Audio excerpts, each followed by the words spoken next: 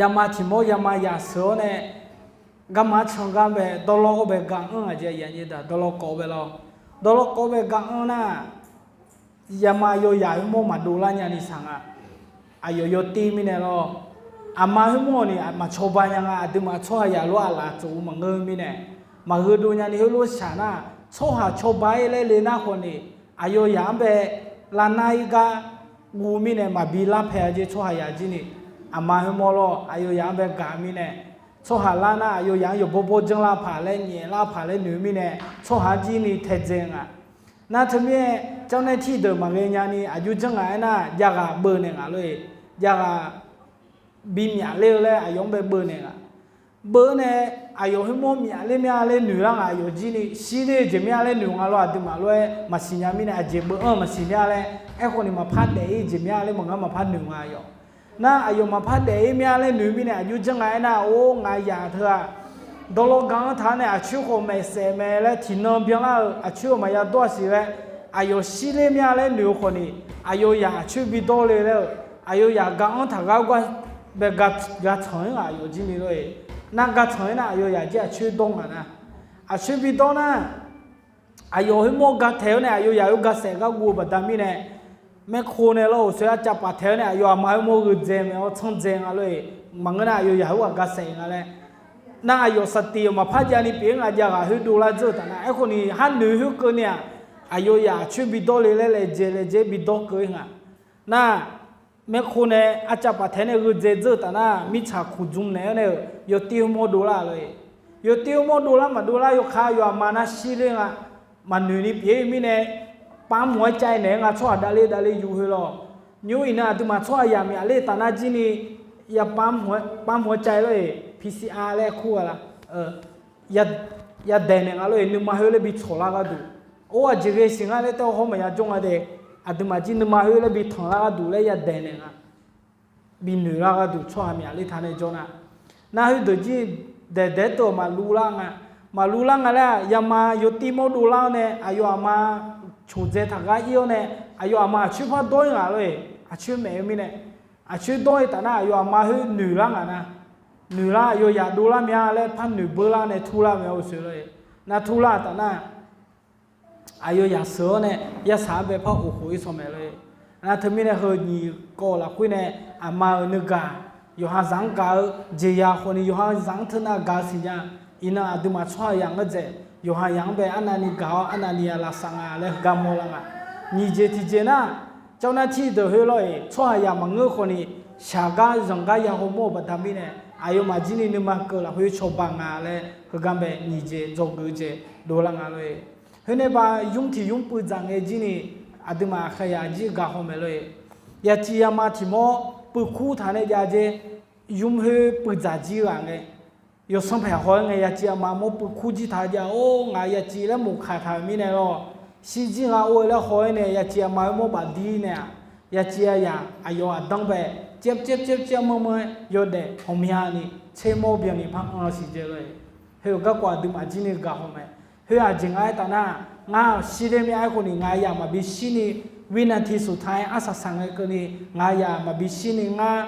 อุเขาลงมาแล้วเนื้อบัดดามิเนี่ยอายุอภิปุเสกเขาอายุยามาชินี่บิเจย์เนี่ยเลย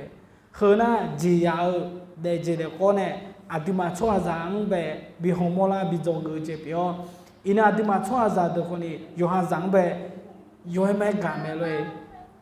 อินามาอัดาเปียดนะยูฮันจังกายคนนี้อามาเดลวมาอุศยามาอาจจะมีเนี่ยนะดิมาสีชาเนี่ยดูมังเงมีเนี่ยอาจจะเขามาเนี่ยดูมังเงมีเนี่ยไอ้คนนี้อามาเดนะยูฮันมาเนี่ยดูมีเนี่ยเรายูฮันสียูฮันจ้าเจฮังเจเนี่ยดูมีเนี่ยยูฮันจังแบบนะยูให้กาเมเลยจะมีเนี่ยอามานึกว่าถ้าชอบดูเดียวมือดูเดียวเจนึกว่าเปียวมีเยอะคนนี้เขาเลยวิ่งกันเจ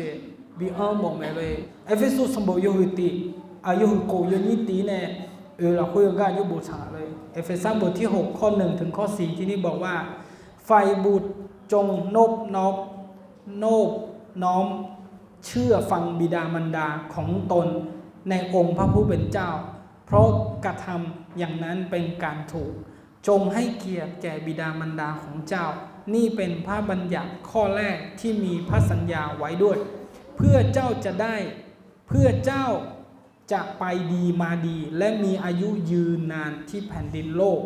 ฝ่ายท่านผู้เป็นบิดาอย่ายั่วบุตรของตนให้เกิดโทสะแต่จงอบรมบุตรด้วยการสั่งสอนและการเตือนสติตามหลักขององค์พระผู้เป็นเจ้าเอเฟซุสมบูรณ์อยู่กูยนี่ตีในเอือคุยบูฐานะอย่าเปียวเดอโยฮามาดัง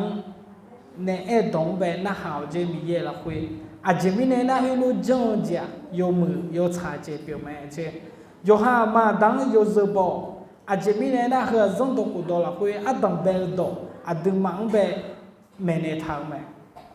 โนรู้จังแต่น่าโนอีล่าแม่โยบยาโยลอยโยมือแลยมือโยซาดูละคุยโนอีญาลาญามิใช้ตาเด็กไงโน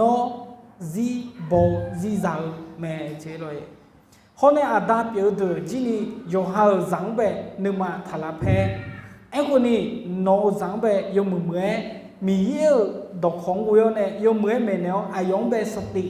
มีเยอะเราคุยชาดีเมลวิวเนี่ยเมเนลและเจเราคุยบูชาไปเลยอินาดูมาซาเปียวเดออามาดาเปียวเดอเขาเจลีเฮกังเป็นหน้าหาวเนี่ยชนยาตาหน้าโยให้มือยาเลยซาเดจีเนี่ยอามาได้โดนหน้าหาวโยเซโบเจโนฮลุนจังตาหน้าโนอีลาแม่มีเยกลังเจ้าโนเดซีอาหัวเมียนี่โนยันเดแม่เจเลยเฮ้ยย้อยไม่เหมือแซ่บยังอ่ะอาดูมาพีในช่องเฮ้ยในบ้านน่ะมีเบอร์มาปีตาเล่แซ่ยาพีเหมือนกันล่ะอ๋อพ่อจ๋าอาจจะเจ็บพีนะมีเบอร์มาตาเล่บอกเฮ้ยรู้ยาพีไอ้คนนี้อาดูมาเจ้าเลี้ยงไงแซ่มือดูให้ผมน่ะพีเนี่ยมาช่างของเงินยังอ่ะเขาเซ่เจ้าเราคุยบุตรโนมาโนดังยูซูโบตาน่าโนอีลาช่างแม่ไปดีมาดีอีโดละคนนี้กำลังจะแต่มันก็มิใช่ตากาบอซีบอเนี่ยอยู่ในบิดมาเจ้อายุยืนเฮ้ยน่ะช่วยอย่างเนี่ยมันก็มีเยอะที่ดอกขอบเปรี้ยวถ้ามีเนี่ยอามาได้ยูซูโบช่วยน่ะกำลังจะอ่ะมันจะคนโตอีลาช่างกำลังเขาเนี่ยมาเจ้ซีอมยังนี่ยันเดียวกำลังเฮ้ยตากำลังเมื่อจีพัดยาอย่างนี้ตัวอ่ะเฮ้ยตามือกำลังยังไม่ใช่มาพัดยาอะไรไม่ใช่ตาเด็กอีลาคนนี้มีเยอะเสือเนี่ยละจะคนโตมามันก็น่าอาดูมากาบอซีบอเนี่ยอยู่เดียวเฮ้ยน่าไม่ใช่ตาเธอดื้อมือดื้อกำลังเปียวบัตรมีเนี่ยจะมีเนี่ยยมพายสันนิษฐานอยู่เดียวอะไรเพราะเนี่ยอามาตาเปียวตัวจีนี่ยงหาสังไปยมบ่อยมันเงี้ยนี่ยมมือดมเมตัวโจเงี้ยเนี่ยและเคือจีนี่อามาตาเปียวตัวจีนี่ยมมือยาสันยงอะไรงั้นเธอไม่เคยสมกอละคุยตาเลยเนี่ยเช่นนี้ละมาบิเจนี่จัดจีมาเลยมีอามานึกกาเถอะนะย้อยไม่เหรอย้อยไม่กานึกกาย้อยมีอะไรเจนึกกาเปลี่ยนมาเลยอามาคนนี้ยุ่งเกินอามาจ่าตึงไปหันหลังดูไหมเดี๋ยวจนเอาโทรศัพท์โทรหลังไหมอามาโทรให้คนนี้อายุโทรหลังไปเลยอายุเนี่ยเรียกว่าจิมรู้เลยมาละยาเสือมาละแล้วเดี๋ยวจนเอาลูกหน้าโทรศัพท์โทรหลังไหมจนสมัยด้วยสินะถ่ายเลยไหมล่ะยาอยู่เดี๋ยวจนเอาโทรหลังไปเลยอาจจะมีเนี่ยนะยูฮันซังไปหันหลังบัดนี้เนี่ยอุศยามาโมยูฮันซังหันหลังเลยเดี๋ยวจนเอาหันหลังไหมอาดูมาหันหลังอะไรอามาเมียละคุยอาดูมาเดี๋ยวจนเอาจับเกี่ยวไหมเลยงั้นหันหลังงั้นเดี๋ยวคนยังมาเล่นมิวก็อามาหนึ่งละคุยอาดูมาน่ะเดี๋ยวจนเอาจับเกี่ยวเนี่ยเดี๋ยวจนเอาอยู่หันหลังลูกไหมเลยจะเชื่อสมบูรณ์ที่ยาสมเชื่อเวยยนี่เชื่อสมหลักเวสดุดีบทที่139ข้อ13บอกว่าเพราะพระองค์ทรงปั้นส่วนภายในของข้าพระองค์พระองค์ทรงทอข้าพระองค์เข้าด้วยกันในคานมันดาของข้าพระองค์จะเชื่อสมบูรณ์ยกคือที่ยาสมเชื่อเวยยนี่เชื่อสมหลักเวยุบทางไหนนะมีเย่หงังแบเลยอาเมามาหลักเวยมมือแบเนี่ยเราไม่ใช่อาเมามาหลักเวยอันเนี่ยเลยยมมือภายสนุกกับอร่อยหรอทอเลยนะสนุกกับอร่อยยกมือพายงามแบบอาเมามังแบบเบเนลาเมล่สัมผัสบีมีเยี่ยงแบบขลุ่ยดชาเนี่ยจัดเชื่อมาเลยจะมีเนี่ยอินาดูมาอาเมามาเนี่ยเดลิงอะไรไอ้คนนี้มีเยี่ยงเนี่ยเบเดเนี่ยอามาแม่อาดูมาแม่อาเมามังแบบ บีอุเล่บีขือละเนี่ยเยสิวสิเพียเนี่ยบีเดเลยทุน่ะมีเย่เนี่ยอดีหังแบบกลุ่มบีเนี่ยแล้วมีเย่เนี่ยเบนเนี่ยแล้วเนี่ยอดีมาเดลิญาแต่ยังยี่ตัวเลยจะมีเนี่ยอามาตาคือเจอละอสุอามีเย่มาเลยไม่ใช่ตาน่ะอามาตาคือเจอละนู่มาจบอะอดีมังแบบบอลเนี่ยบีเดลบัตรมีเนี่ยอามาตาคือเจเล่พัดเจ้าก็อายุเนี่ยอดีหังบีเดเลยมึงเงยมีเนี่ยหรออายุดูกาทั้งก็อายุอันนั้นนี่คือเรื่องก็อดีมังบีเดเลยเนี่ยมึงเงยมีเนี่ยจะมีเนี่ยสิสัจจิพอตาเลี้ยงเงี้ยนะอามาตาคือเจมาจบผ่านเลยอามาคือเจกับเปียงอ่ะไอ้คนนี้อามาตาคือเจที่ละจบเหรออาดามีเย่เปียงไปเลยมีเย่เนี่ยอดีมังแบบเป็นเนี่ยแล้ว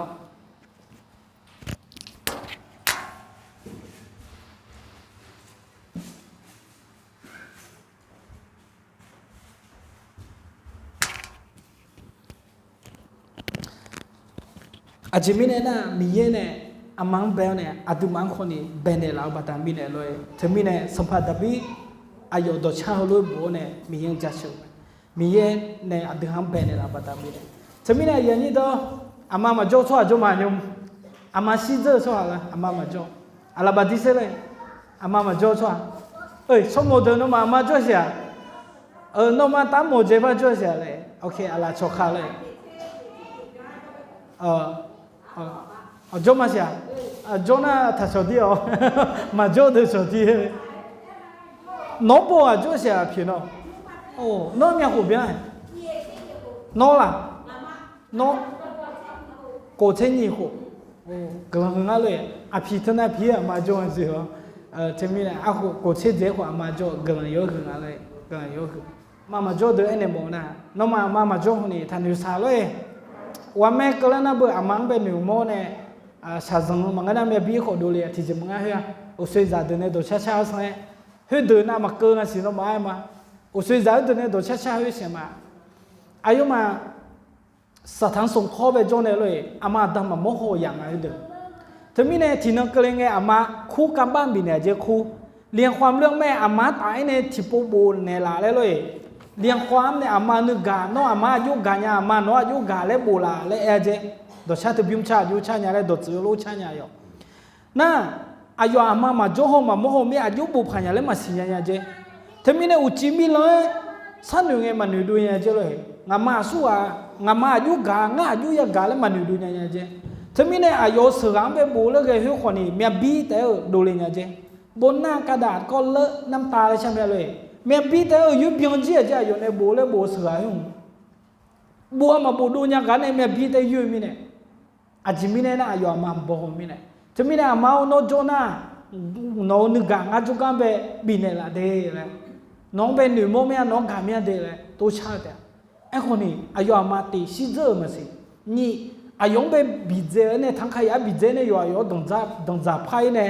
สิเจอเด้มาสิยี่สามมาสิสมมือมาสิเลยไอ้คนนี้ว่าสักการะพายเดินน่ะยาวอยู่เดิมว่าสายมาการะพายอามาโจนี่อามานึกกาอยู่อะไรมาสิไอ้คนนี้งานน้อยเนี่ยโมนะมาสิญญาโลกมีเยอะนึกกะมีเยอะดึงมังแบกกันเลยตัวไอ้เนี่ยโมเนี่ยเลยเมื่ออามาเปียเดินคนนี้ยงมืออยู่หายังไปหอหรออยู่หายังไปยงมือหอสักอาจจะมีเนี่ยนะอามาโบยาอาดามาโบยาเธอนะอามาดาโบยังรู้มาดูเลยมาโอโซเนี่ยเขาไม่หอมยาเจียไอ้คนนี้นะน้องมาเป็นใครเป็นเนี่ยโมนะอาตุมาโจโลเปียเขาสิเจอหัวที่เจมังกะสมมติเนี่ยสิเจอหัวที่เจมังกะยากูกันเนี่ยสิเจอหัวที่เจมังกะมีเยอาตุมาตาเปียวมีเยอาตุมาอาตุมังกะอาตุมาโอโซเนี่ยมีเยเปียวแม่เลยตัวเอ็นเนี่ยโมเมียเลยมีเยเวกาละคุยเนี่ยอาตุมังแบบเบลอามาตาจีเนี่ยอาตุมังกาบัตามีเนี่ยบีเดเลยแม่เลยแต่มีเนี่ยอินามีเยอายุกังอะไรสิญญาโมตานะอามาตานึกกาเธอจีนี่ฮอเนี่ยสิลังยังไงมีเยนึกกาอามาตากานาไม่ใช่อาตุมังแบบกาสิเจ้าเราคุยบุตรโนยาขมุสนาโนฮัลโลบีเนี่ยมาละเลยตัวน่าหาไม่เลยโนยาน้องขมุสนาโนฮัลโลบีเนี่ยมาละมิใช่ตาเดียมาได้อีบ้านสาวเปียคนนี้โยฮันจากขมุสนาขมุบีเนี่ยเลยสิญญาไม่ใช่ เฮ้ยรู้ตัวนี้มีเยงก็เจอาทิมังไปอันนั้นนี่กังมีเยอีบ้ามาอาทิมังไปอันนั้นนี่มือเจมีเนี่ยยังมีเยงอะไรเฮ้ยรู้โอเจเปียแม่ยันนี่ตัวเลยจะมีเนี่ยอาทิมาอีบ้าจังอาทิหาจังทุนนั่งกันเนี่ยมีเยงก็เจอาทิมามาตานะไม่ใช่กาสีเลยเอ็นบอกเมียเฮ้ยปัตตาเนี่ยอาทิมังไปข้าคุเลยก็ดูอาทิหามาบิชินี่อาทิหาสิบุลมังมาบิอินี่สัมภาระสู้อาทิหาข้าคุเลยอายุนั่นน่ะช้าๆคนนี้เฮ้ยปัตตาเนี่ยอยู่ข้าวมาอย่างนี้ตัวอามานึกกันนะเลยอามานะอามาเทียบเปล่านะอายุยังไงอายุยังไงตอนนั้นย้อนยังอยากกลับมาเลยย้อนยังอยากห่วงเราไหมห่วงลูกนะคนเนี่ยยาวบัดดามีเนี่ยชาวจงคนนี้อาทิมาอามาอยากก็ดูชาเพื่อจงเพื่อมาเลยอาทิมาเราบอกใจก่อสร้างได้อาทิมาโยคือเลยก็ใจเพื่อมาโยเพื่อก็ใจเพื่อมาโนมาทุเรียนก็ใจเพื่อมาโนมาหน้าหาเลยโนเนี่ยเราบอกเจ้าเลยทุเรียนก็จับผมมาโนมาก็จับผมเลยมาขึ้นเนี่ยเวลาเนี่ยชนะจีบอาทิตย์มาก็จับผมยกเผื่อมีเนี่ยที่สีได้ไงยังกูยับเผื่อเฮ้ยจานาโอ้ไงยังไปสมบูรณ์ก็มีเนี่ยมาพายยังเช็คผิวมาเยอะจ้าหอบปามาเยอะจ้าสัจจีมาพายยังเฮ้ยสีมาเจอเราเนาะโอ้สัจจีที่เราเจอเนี่ยยาจีสัจจีเจอเนี่ยใส่ก่อเจอเนี่ยหอบปาเจอเนี่ยเช็คผิวหอบปาเจอเนี่ยโอ้แถมมาอยากจะได้ลงมาเลยอาทิตย์มาเฮ้ยรู้เองนึกมามังอ่ะอามาด่าเปียวบัดดามีเนี่ยเลยจะมีเนี่ยโยฮันเปียวนี่มาพาเด็กไหมอยากโจเลยเจอแต่นะโยฮันบีมือละนี่มาพาสั้นเลยไหมโยฮันไม่ช่วยป้าดุมคนที่จะมึงอ่ะโยฮันจะไม่ช่วยมือยาดุมนะโยฮันเซโนใจคือเราโนคนที่จะมึงอ่ะโยเชโนคนที่จะมึงอ่ะโยฮันจะเซโนโยมือยาโนนะอินาดิมาฮัลโหลหนึ่งมาอย่างนี้ตัวอามาเดือดตัวหนึ่งมาฮะนี่หนึ่งมามังเลยนะโยฮันจะโยเชโยบิชงเนี่ยโยฮันเต้ละมือชงนะน้องสู้เสร็จละเลยน้องสู้จะเชื่อน้องนั่นละมือชงน้องอย่างนั้นเบจูนี่โยละบิชงนะน้องเทียมจะเชื่ออย่างนี้ตัวไอ้คนนี้น้องเธอนะมาสู้คนน้องอย่างละสู้ในชงนะโอ้อามาว่านั่นยามเสียโยอยากบุจุยส่วนเย่โอ้สมบูรณ์โยมือบิโจโยจูน่าลูกโยมือจัดได้ในชงเมเลยนะน้องเสียงเสียเลยอามาเปียดหังเสียอาดาเปียดหังเสียเธอบัดดามิเนี่ยอินาอามาอาดาเปียดจีนี่เขารู้เองนึกมาเสียสละโยฮันจาก็ดูจามาเล่นนึกออกมาจานี่บินเองมานึกมาคือรู้เองมาเลยอาคาโดอามาช่วยโยสิเนี่ยจามาเล่นนึกมีเอามานึกเดือดเมียดูเลยเนี่ยบินเองเพื่อจีเลยโยฮันจังไปแล้วจังเอามาเล่นนึกเดือดมาจังนี่ยูดูเพื่อเฮ้ยโดดเสือเจมองไงนะเบอร์โยฮันมาจานี่ล้อยมือเจโอเท้าเนี่ยโยฮันจังบิจาก็แบบโอเจเปลี่ยนเลยยาจีดีเซลคนนี้จาวเลยมังน่าสัจจิมือดื้อโยฮันจังบิจังอ่ะอามาดานาเจ้าอักคือเตออัดดองเตออุดูเตอเฮ้ยในบ้านน่ะองค์อัดดาวเบออักคือเตออัดดองเตอจะคือยังไงตัวมังเงื้อลงอะไรคืออันนี้เสียงเนี่ยอ๋อยังไปยมือบิจังเนี่ยอายุน่ะเจ้าเดือดจ้าเลยชั่วโมงเดือดชั่วโมงเดือดน่ะตัวจังอะไรเฮ้ยสมัยชาเสียเลยจะมีอะไรคือน่ะอามาดานึกกันโยฮันจังเป็นก้าวเจ็บเปียลับบุษว่าเลยอายุจางเดิมไปนั่นเรียนเดิมไปยุ่งเหม่งอะไรยุ่งคิดติดต่อไปดูเลยเนี่ยน้องมาจีนี่ห่อๆป่ะจางเดิมสมบูรณ์โจกันแล้วคุยว่าอายุอามาดากำกาอีเนี่ยเด็กก่อสร้างกาลบบ่เจอกาอาชกาจากเเนี่ยหุ่มมาอยู่ฉากาเฮ้ยลูกเอ๋ดับเบิลวิดีโอยมือผ่านเดลายเนี่ยพังไหนล่างอายุมาคอมเมนต์น่ะส่วนอะไรโอ้งาดาดูเลยขบวนชาเลยสาสายโอ้งามาดูเลยปูนซีเมนต์บ้าเช็ดทั้งเลยบ้าเช็ดผิวบ้าดูเลยไงโอ้ยาวเดิมเนี่ยบีดูเลยไหมเลยยาวก็สมบูรณ์โจยเดิมเนี่ยบีดูเลยไหมโอ้งาดาเธอหน้าสังงามาเธอหน้าสาลงอะไรที่ปน่ะมาฮอร์โมนน่ะมาสิยังไงอยากเธอเลยงาดาผิวบ้าก็โจเลยเนี่ยยี่หลายเนี่ยอุเลยจังอะไรเนี่ยจริงงามาผิวก็มากะบ้าอุลามสิเลยเนี่ยเลยไงน่าคนนี้เนี่ยน่าไหมอามาน้องผิวก็ป่วยเลยนะโรงเรียนป่วยนะโรงเรียนก็เดือดกาเลยนะเลยอาก็กายในยุ่งเนี่ยเลยอย่างนั้นตุ้มก็มาหนุ่ยยามีเลยตัวเลยนะเงือบาดยามีตัวบ้าอุเลยจริงอะไรหนุ่ยจริงอายุมาหนุ่ยนะไอ้คนนี้อันนั้นนี่สาวในมิชาเงือบาดยามาเลยอันนั้นนี่สาวในชอบมิชาอุ้มเหมียวเจอเนี่ยอายุมาหอมมือเจอเนี่ยโอ้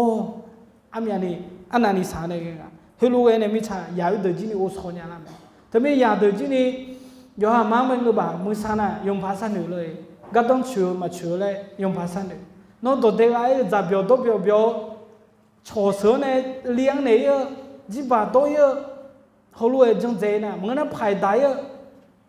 เขารู้เรื่องเจน่ะน้องมันด่านั่นนี่สาวเนี่ยจังอะไรยาสันเนี่ยอินาดูมาเปียดยอหันจังเบมากาตนะอาสู้ดูมาเบกาอาสู้ดูหาจังเบกางั้นสันเนี่ยช่วงที่ยอหันจังมากาญานะช่วงว่าที่ให้มากาญาเลยช่วงว่ายอหันจังมากาญาตนะ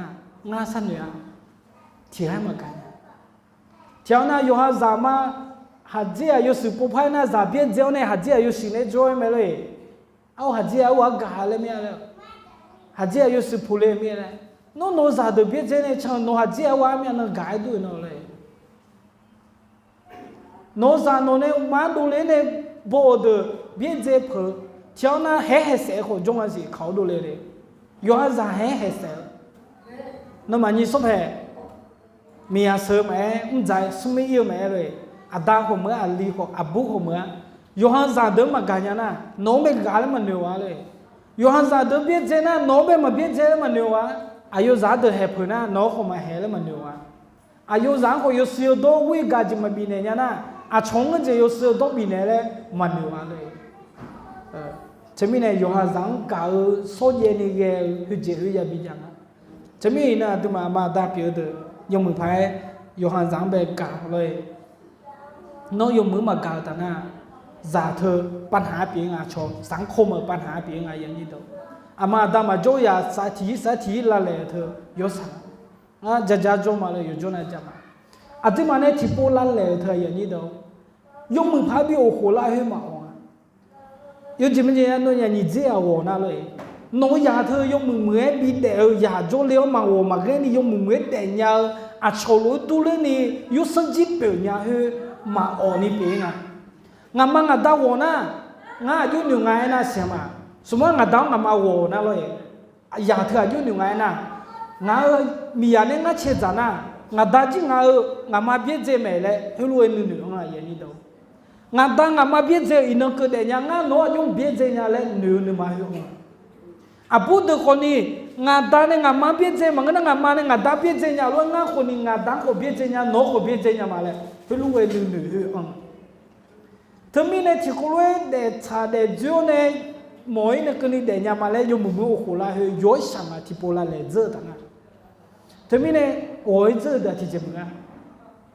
น้องมาคนนึงมาหน้าเมงาโอโซเนี่ยมาเลยที่เขามาโวยมั้งไอ้คนนี้มาโวยนี่โจเดียวโวยนี่ทัดโตยอหันสังกัดดูยาสันเดียวได้ตัวลาจีนัวเนี่ยจีเซบ้ามีนั่นจีแม่เนี่ยมาเลยโวยนี่มายาตัวยมมือยาเดียน้องยาละเลยแต่น่ะนี่สุภาพน้องจ่าเธอทั้งเดลีเธอบางน่ะพันเดลีเธอสากันน้องยาโฮเมบีดูเลยเด้ง่ายยมไผ่เนี่ยเลยเธอมีเนี่ยยมไผ่สันเดียวเนี่ยยมมือเดียวอาทิตย์มายังเบ้คนนี้ต้องเมียเมียนะเลยโดดดาสมบูรณ์อยู่นี่เชื่อสุ่มอยู่นี่เชื่อสุ่มหลักคุยโบอย่ายับยั้งการตีสอนเสียจากเด็กถ้าเจ้าตีเขาด้วยไม่เร็วเขาจะไม่ตายเจ้าหลักคุยโบฐานะหายงเบ้ยงมือต้องไม่โดดโจเจเลยถ้าขอบ้านเนี่ยอย่าดีนะเจ้ไม่เร็วเลยไอ้คนนี้หาดีมอดีมึงเลยอายุเลี้ยนะเลี้ยเนี่ยอายุเบ้เลี้ยงอะไรอย่างเนี่ยยอดจิมาจีจังเงน้อยอยากสู้หื้อเนี่ยวันนี้นะถ้าจังเลี้ยวยกปุยถ้าจังเลี้ยวตัวแต่เอ็นมาเกินยาเลยน้องอายุเบียสั่งสอนเนี่ยเขารู้จังนะมาเกินยาอย่าดีนะเลยที่พอนะมังเงือบอะไรเจจังนะไอ้คนนี้ดีกันนึงมาแพ้เนี่ยอุดวิตายมึงเลยดักขออยู่เนี่ยอาเลี้ยวน้องเนี่ยจังมาช่างอ่ะน้องสู้ผิวอยู่เลยบีหัวเลี้ยวบีหัวเลี้ยวเจอแต่นั้นน้องคือเลี้ยงอ่ะคือแต่นั้นทับจังเด็กมังเงินนั้นน้องมาหื้อมีนั้นเอ็นเนี่ยท่าน้องหูรู้มเลยนะงั้นน้องหูรู้ดีมาเนี่ยเขาเลยคนนี้ไอ้เนี่ยทั้งที่มีเนี่ยอาทิตย์มาอย่างน่ะอาเจมาบิจนี่มีเยอะละคุยยมมือแมวไอ้คนยบทัดเดเลยที่เราน่ะนาฬิกาปลุกที่ดีที่สุดคือเสียงอะไรเสียงแม่ด่าใช่ไหมอายุมันนาฬิมาตั้งมาไม่เจอเลยอย่าเดือด อามาดาอามาโดอามาที่ซาเธอมาเจนาฬิกาปลุกไว้มาทุลังเงเดเมอาลุงไงอย่าดูแลสมบูรณ์มาจนในที่จมาทุอีจุนเนี่ยเสยอีจุนลังทำมาเสดามาเลยน้องมาทุเรศหมดเลยหังเงินเจงเงินนะอัลโลแม่นึกเบียร์เนี่ยก็ดูอะไรอย่างพูดมาทุเรศหมดเดี๋ยวอามาไม่เพียวมาหมดฉันมีเนี่ยง่ายอยู่จุนเอามาเมียงข้าวรวยก็โกงเงินเนี่ยมันน้องมาไปย้อนจากนึกมาโจพายอาดึงหังเบียร์ไปอาดึงมายังมึงอะไรอย่างนี้ตัวอยู่บ่ทัดเดอยู่มือแม่เนี่ยโนยังมากันนะอาชงก็เจโนยังไปมาพักกันเนี่ยแต่เมื่ออาดึงมาสังเมลเดเจเดโกเนียเดเมเนี่ย เป็นแบบอย่างในการใช้ชีวิตนึกจังพอโนอย่าบิโจกนี่อย่าบิยังอ่ะโยเดพอโนอย่าบิโจกนี่โนอย่าบิเดงอ่ะโนเนี่ยนึกตัวท่าเป้าหมายวิสัยทัศน์โฮโมเจโนจางคนนี้จงก์พายโยเดอเดนะโนนึกจังมังนะโนอยากคนนี้นึกจังกับบ้างไหมโนโยเดโยบ่อยเดนะโนอยากคนโยบ่เดไหมอาดึมานึกเมสิพอเลี้ยงดูมาสันนึกยานี่ขลุ่ยเดนะอาดึมาคนนี้ยูฮาจังเบบิลกันยานี่มาจังยาเมื่อยูฮาจังพายมาอยู่มือชัวโนจาอยู่บีเปียมอนยาเลยอาดึมาในชูกันในจินอีเมลอาศัยสมข้อที่ข้อจาหน้าที่เลยหน้าที่ของลูกจางภาษาพระเจ้าเกิดยังไงนะโดดาสมบูรณ์อยู่นี่เชื่อสมยนี่นี่เช่นนี้เราคุยบูชาจงฟังบิดาของเจ้าผู้ให้กำเนิดเจ้าและอย่าดูหมิ่นมารดาของเจ้าเมื่อนางแก่โนดาเอ็นดงโนน่าหาวเจโนมาเบทาโฮเทเจอายุชั่วโมงมวยไงชั่วโมงมวยไงโนมังเบทาโฮเทเจเลยแต่มีเนี่ยอามาดังเบยงเมื่อชัวบุษาชั่วโมงมวยกว่าทับเยเจมีน้องโจนจีนี่บุดามาจีนี่สักกี่คำลำยาเลยจางเมียโจน่าขอทีเดียวน่ะใจอ๋อทีเดียวจ่าขอตัวอ๋อทีเดียวน่ะอยู่หามาตาคนนี้โหยจงอาเลยชั่วโมงมวยน่ะตัวเบียเจนี่มาเกินยังไงเลยหลาบินเนี่ยเลยเมียอยู่หามาตามวยน่ะมวยมีเนี่ยอยู่หามาละสัญญาอย่างเกินแล้วน่ะอาดึมาจากเปียเดจีนี่ยาโหสังอะไรเลยกรุงเทพเป็นมาเมียงค้างเข่าดูแลแม่บาลายสีเบียงในมิชาโบว่าชิงอะไรสิยังมาเจเลยสงหัวเบียงละในมิชาอาโบยามูดาเลียวในเถื่อมาลาสังอะไรโฮลิเนี่ยสีฐานในจงอาเจสงหัวเบียงละเลยเชื่อสงหัวเบียงละเลยเข่าให้รวยยามไม่ได้สันนิษฐานเสอินาดิมาละคุยให้รวยมาบิดยาพายอดิมาดังแบบยมุเมบสาฮอสาเลยเอเนมาเลยอามาดาเอโดยานะฮะอาจิมิเนนะอามาดาเถอะอาดึงหางเบบีมือลากระดูแต่จังแต่แม่ยันยี่เดียวโยซุยาบงอะไรโยฮาดามาโยซุยาบงเนี่ยโดยโยบบทางเงี้ยเดโยฮามาดังแบบท่าโฮเทเดเที่ยวนั้นอาชอโยฮามาดังพาโฮเทแล้วนะลาหาพระเชษฐ์ก็จงอ่ะให้รู้ทางเงี้ยเลยโยฮามาดังแบบโยซุยาบงเนี่ยคนเนี่ยยังโฮสันเนี่ยเราอายุมวยเงี้ยอาดึงยังโฮสันเนี่ยอาดึงมาอย่างเนี่ยมายาเถื่อนนั่นนี่สาวเนี่ยโฮสันคืออินาอาดึงมาอามาดังมวยก้าวโฮเถอะอาดึงมาใจเนี่ยอายุมาเนี่ยโฮลุ่มมาพัดถอเลยมาถองั้นไหมโอ้อาดึงมาใจที่อาชูเถอะไอ้เมียปูหนุ่ยสาวเนี่ยไอ้เมียปูสันเหนือเนี่ยไอ้เมียปูสาวเนี่ยคือร่างอะไรจะมีเนี่ยโยฮาซัมเบยโยมือฮอสาวโยฮามาดังจีนี่โยมือฮอสาวเลยอายันยี่ดังเบเอ็นเดมอมยาเลย